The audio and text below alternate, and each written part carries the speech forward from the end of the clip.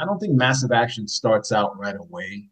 But you got to take some friggin' action, like, if you're saying, if you're just reading the books and you're not actually calling a seller, then you're not going to get very far because the book ain't gonna sell you the house. So today we're talking about overcoming fear and starting to take action. Well, I mean, the overcoming fear part of it, I think is really great because you're never really going to get rid of the fear.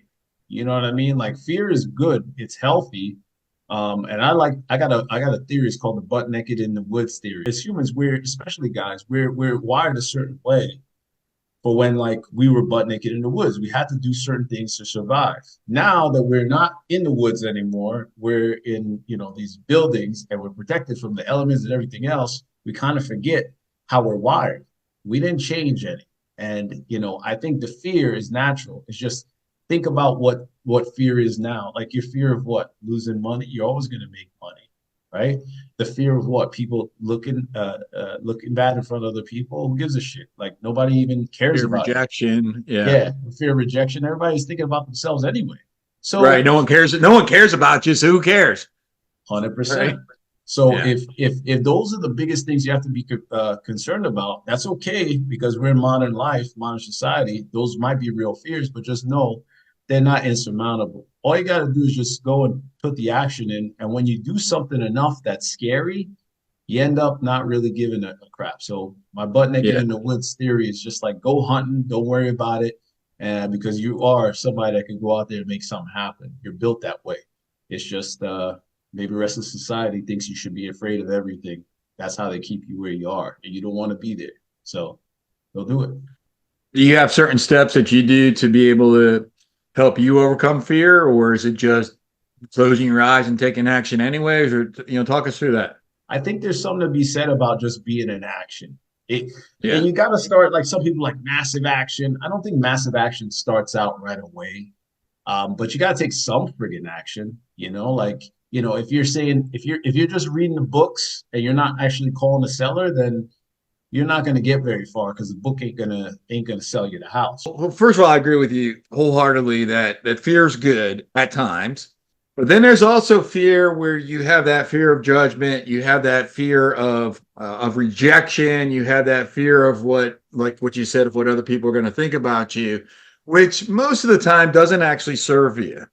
And I can remember a few times in my life where when I got to the other side of the fear, there was joyfulness, there was happiness, there was exhilaration, there was excitement.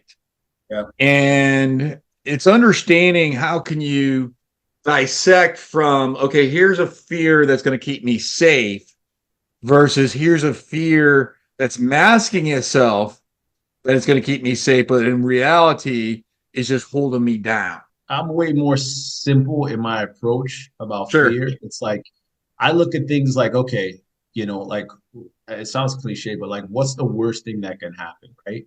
And Okay. then I just back into it and I'm like, okay, if that's the worst thing that can happen, how can I minimize that thing from happening? If you haven't subscribed to our channel yet, make sure that you subscribe and hit the bell icon. So let's say, my biggest fear about getting into wholesaling, right? Like first thing I was thinking is like, what if I just mess up the whole deal and I do the paperwork wrong? Well, how can I minimize, doing that paperwork wrong? That's the first thing, right? By the That's way, that was my first wholesale deal. and I don't know anyone. If you did it by yourself, odds are you Yeah. fucked it. Let's call it what it Yeah. is, right? But Yeah. I mean, I did the same thing.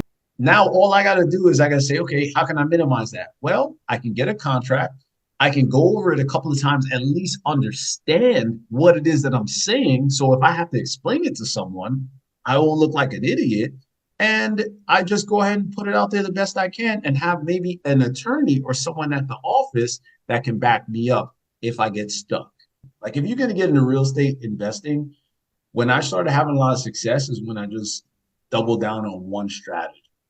Okay. If it's wholesale for you, stick to wholesale. If you're doing sub two, stick to sub two. Right? So just stick to one. And in the beginning, I kind of try to do a lot. It's because I'm like, I just want to make money. But if you want to make money, you got to be specialized because everyone is a little different.